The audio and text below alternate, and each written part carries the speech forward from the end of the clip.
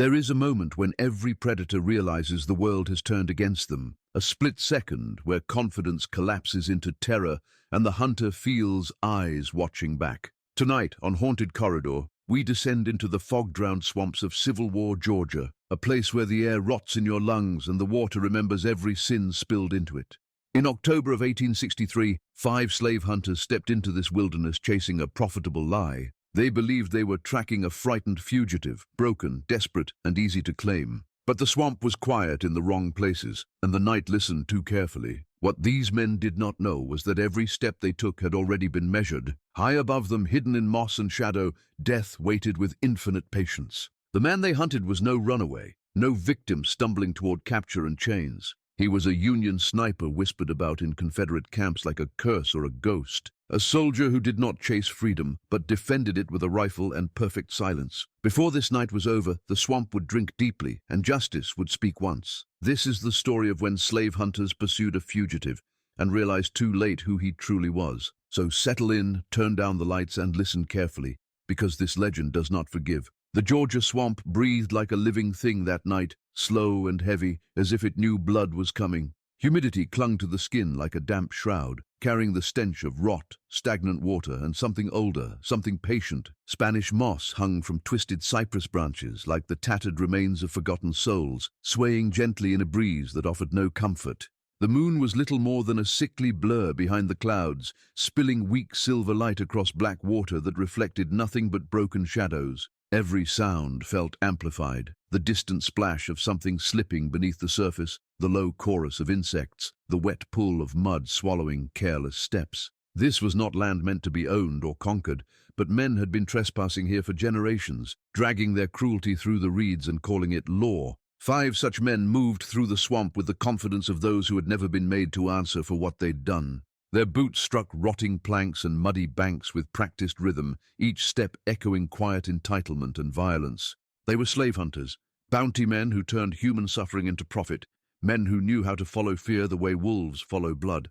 To them, this place was just another hunting ground, another dark corridor where cries could be swallowed without consequence. Lantern light flickered ahead, casting warped shadows that danced along tree trunks like mocking reflections of the men themselves. They spoke in low voices, not out of respect for the swamp, but from habit, the way predators whisper before the kill. In their minds, the night already belonged to them, the reward already counted, the chains already imagined around another man's neck. But what they could not feel was the shift happening around them, the subtle tightening of the air, the way the swamp seemed to lean inward. The insects grew quieter in patches, the birds ceased their calls, and even the water seemed to still as if holding its breath. This land had learned to recognize violence, and it had learned when something far worse than hunters had entered its domain. Unseen, unmoving, and perfectly patient, something else was watching now. Leading the pack was Jeremiah Colt, a man whose presence bent the mood of the swamp around him like a bruise spreading beneath skin. His face was hard and uneven, scarred by years of violence and sun, as if it had been carved from stone and left out to rot. A shattered leg from the Mexican War had left him with a permanent limp, but it had done nothing to slow his cruelty, only sharpen it. For more than 15 years, Colt had made his living hunting people, selling broken bodies back to plantation owners who preferred their property breathing but obedient. He held a rusted lantern high, its orange flame flickering like a dying heart, throwing long, distorted shadows that made him look larger than life. In his mind, this swamp belonged to him tonight, and the $500 bounty waiting at the end of the trail already jingled in his pocket. Close behind him walked Tommy Briggs, barely 22, with a face that still carried traces of boyhood innocence he was desperate to bury. Tommy had grown up hungry, watching his family scrape dirt for survival, and the war had crushed any honest work he might have known. He checked the percussion cap on his revolver again and again, hands trembling with a need to prove himself dangerous, useful, worthy. Further back was Marcus Webb, thin, twitchy, his nerves stretched raw by years of chasing screaming families through darkness. Webb carried rope over his shoulder and guilt deep in his chest, numbing both with whiskey whenever the memories clawed too hard. Beside him loomed Pike Morrison, a massive wall of muscle and cruelty, 6'4" and built like violence itself. Pike didn't bother with fear or thought, only the anticipation of impact, of flesh yielding beneath his fists.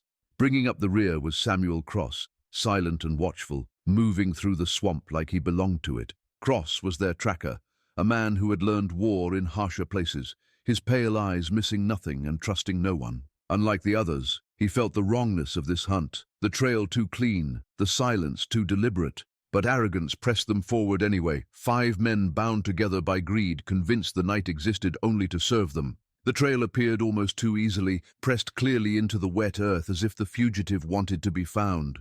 Bent reeds, disturbed mud, broken twigs, signs any half-blind tracker could follow without effort. Jeremiah Colt stopped beside a patch of churned ground and spat into the black water, watching the ripples vanish like doubt pushed aside. "Fresh," he muttered with a grin, already tasting victory, already imagining chains tightening and coins exchanging hands. Tommy crouched nearby, running his fingers along a footprint barely touched by moonlight, his pulse racing with excitement and fear. To him, this was proof, confirmation that tonight he would finally become someone worth fearing.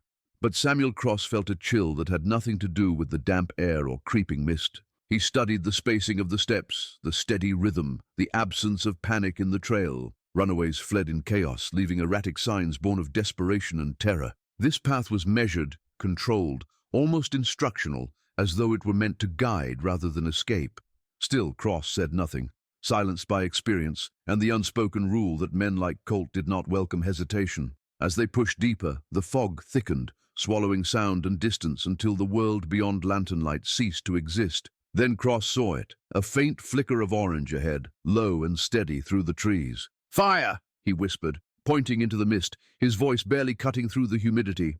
Colt's eyes gleamed at the sight, hunger overtaking caution as he imagined a careless fugitive warming himself in false safety.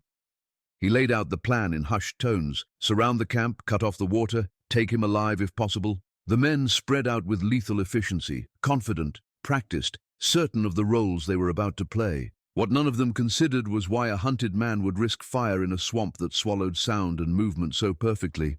They mistook invitation for weakness and, in doing so, stepped willingly into a trap already closed around them.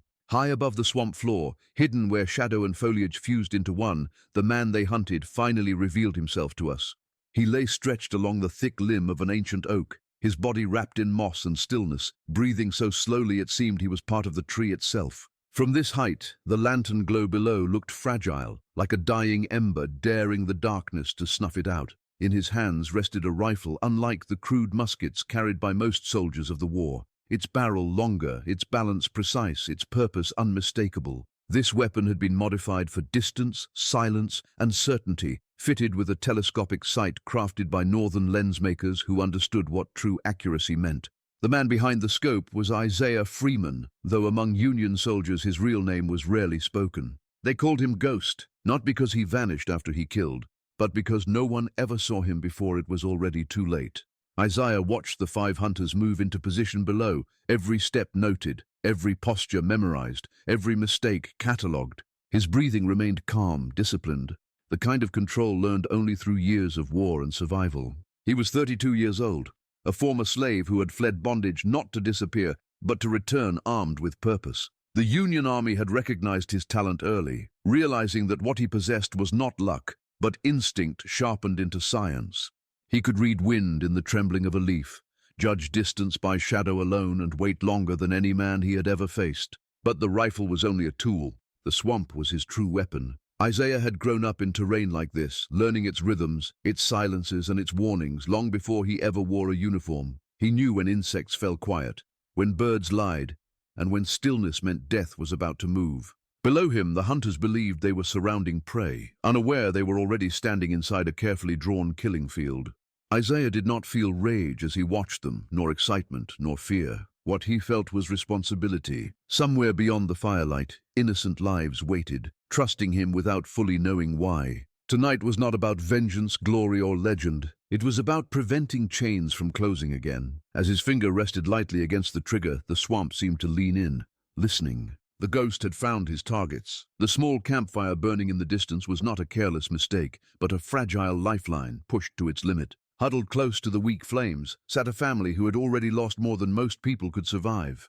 Martha Washington stirred a thin broth over the fire, her movements slow with exhaustion, her eyes sharp with vigilance.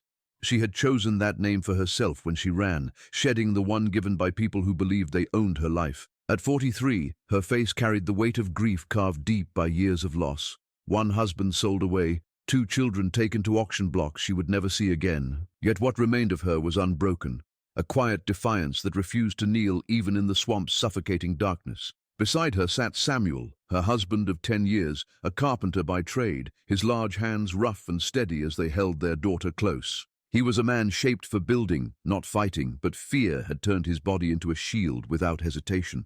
Rebecca, 16 and watchful, clutched a tattered Bible against her chest, fingers tracing worn pages she had learned to read in secret. She dreamed of standing in a classroom someday, teaching children who had been told they were less than human. Tonight, that dream felt distant, pressed flat beneath the weight of fog and fear. Near the fire, David and little Thomas lay curled together, fighting sleep as the swamp whispered around them. 12-year-old David understood too much, his eyes scanning the darkness with a maturity stolen by cruelty. He knew capture meant screams, chains, and the erasure of tomorrow. 8-year-old Thomas did not. To him, this journey was still an adventure, a strange game played under stars he could barely see. Earlier, he had whispered words that now hung heavy in the air. "Mr. Freeman won't let the bad men get us." High above, Isaiah watched them through his scope, the firelight reflecting in his eyes like a quiet promise. Allowing the fire had been a calculated risk, taken only because the children were shaking from cold and exhaustion. Light drew predators, but it also drew hope. Isaiah had positioned himself to see every approach, every movement, long before danger could reach them. He was not just guiding this family north. He was standing between them and a world that wanted them broken. And tonight that line would not be crossed. From behind the twisted roots of a massive cypress, Jeremiah Colt raised his scarred hand, preparing to give the signal that would unleash violence. His mouth opened, breath drawn to speak, confidence fully intact. The command never came. The swamp exploded with the thunderous crack of a rifle, a sound so sharp it seemed to tear the night in half. The bullet struck Colt square in the chest, lifting him off his feet and hurling him backward into the mud. The lantern flew from his grasp, spinning once before hissing into the black water like a dying star. For a single frozen heartbeat, Colt's eyes remained open, filled not with pain, but with realization. He was not the predator. He never had been. Panic detonated instantly. Pike Morrison roared in fury, spinning wildly as he searched for a target that did not exist. Before the echo of the first shot faded, the rifle spoke again. Tommy Briggs collapsed mid-scramble, his body sliding silently into the shallow water, dreams of manhood and redemption sinking with him. The swamp claimed its second offering without ceremony. Marcus Webb screamed and fired blindly into the canopy, muzzle flashes lighting his position like a signal flare begging for death. 3 seconds later, the third shot answered him. Webb's voice vanished, swallowed by mist and consequence. Now only 2 remained.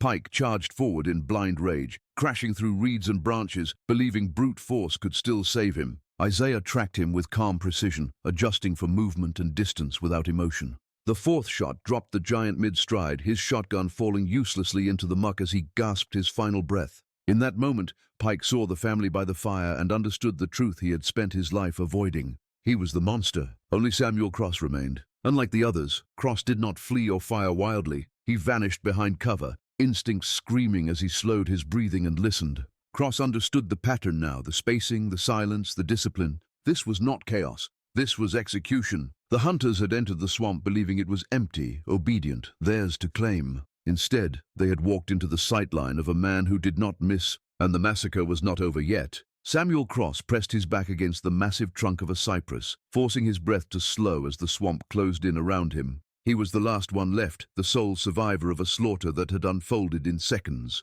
Cross had spent his life reading land the way other men read books, and now every instinct told him the truth he did not want to accept. He was no longer the hunter. The silence was deliberate, heavy, a pressure that wrapped around his chest and refused to loosen. Cross scanned the darkness, tracing angles, calculating trajectories, searching the canopy for a shape that refused to appear. "Tree sniper," he whispered to himself, the words bitter and final.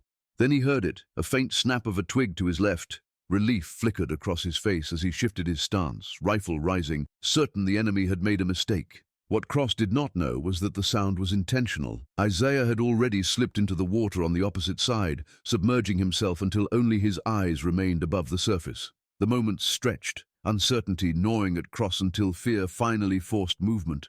He pivoted hard around the tree, weapon ready, firing at nothing but mist and shadow. Confusion seized him for a fatal heartbeat. Water rippled behind him. Isaiah rose from the swamp like a judgment-given form, mud and water cascading from his shoulders. At this distance, the scope was unnecessary. Cross turned just in time to see death standing 10 feet away. The final shot did not roar like thunder. It sounded like a gavel striking wood, absolute and irreversible. Cross fell backward into the black water, his rifle slipping from his grasp as the swamp claimed him without protest. For the first time, he understood the fear he had carved into others. The night grew still again, as if nothing had happened at all. Isaiah Freeman stood in the aftermath, chest heaving, soaked in mud, the swamp around him eerily quiet. The family huddled near the dying fire, eyes wide with awe and fear, unsure whether the figure emerging from the mist was savior or phantom.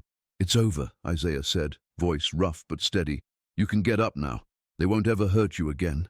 Martha Washington clutched her children, tears streaming freely, whispering gratitude that had no words strong enough. In the months that followed, the tale of the Georgia swamp spread like wildfire, whispered in Union camps, feared in Confederate lines. Isaiah Freeman became more than a man.